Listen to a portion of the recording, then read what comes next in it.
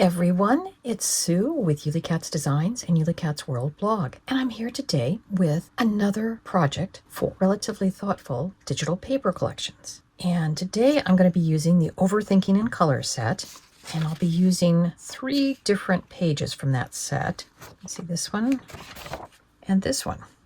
And you can see on some of this I've just trimmed off the white edges, and out of another sheet I have cut a hexagon, and I used the largest hexagon die in the Karen Berniston Hexagons crosshatch set, and that has sides that are 2 1/4 inches long. And we need to know that because, and I've printed double-sided so that I can have 6 strips that are 2 1/4 inches wide, and it's the whole width, so it's 8 1/2. And you can see I've scored them each at 2 inches, and this will be what will fold under of our base.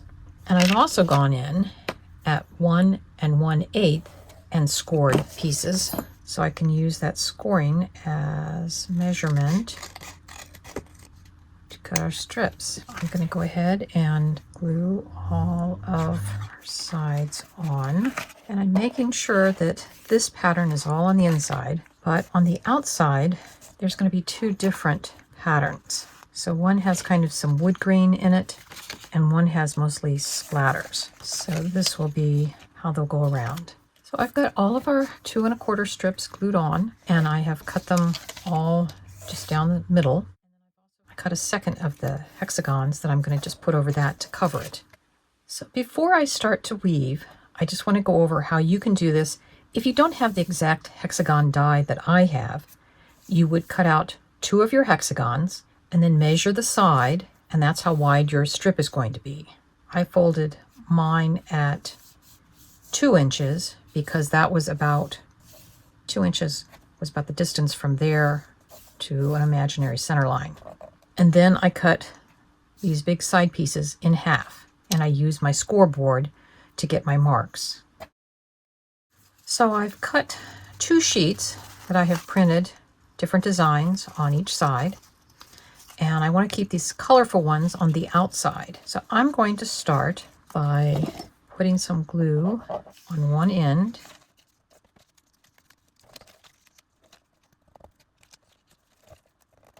and as you can see, we're starting to get a weaving pattern. Now our first layer of our weaving strip is what's going to make it so that our piece will hold up. So sometimes on this first one, I will just go ahead. I'm going to put a little glue there just because I think that will help us keep things, for the most part, intact. Get to that edge. That's where I'm kind of bending it some.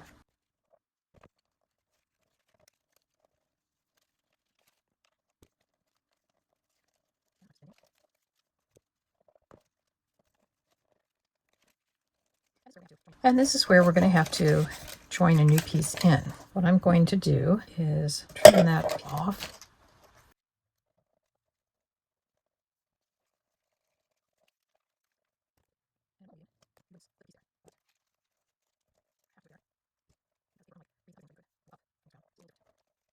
So on the side opposite that I ended on, I'm going to go in, and I've already made my folds. Kind of fitted that piece, and now all we have to do is glue it in.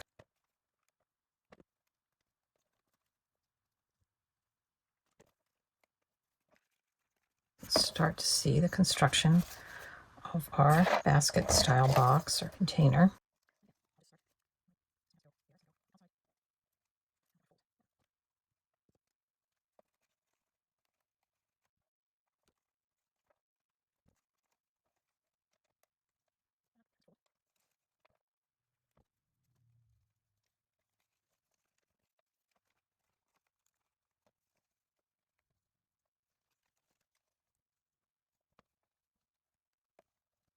So I've woven another couple layers, and my top layer is just loosely, it's glued as kind of a ring around because we're gonna take,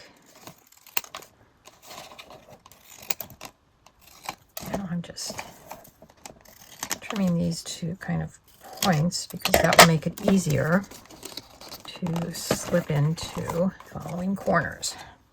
I glued 2 strips together to make the top band, and this is a perfect basket to put my pens in. I hope you enjoyed this video and got some inspiration of what you can do with Relatively Thoughtful's digital paper collections. And we'll see you next time. Bye-bye.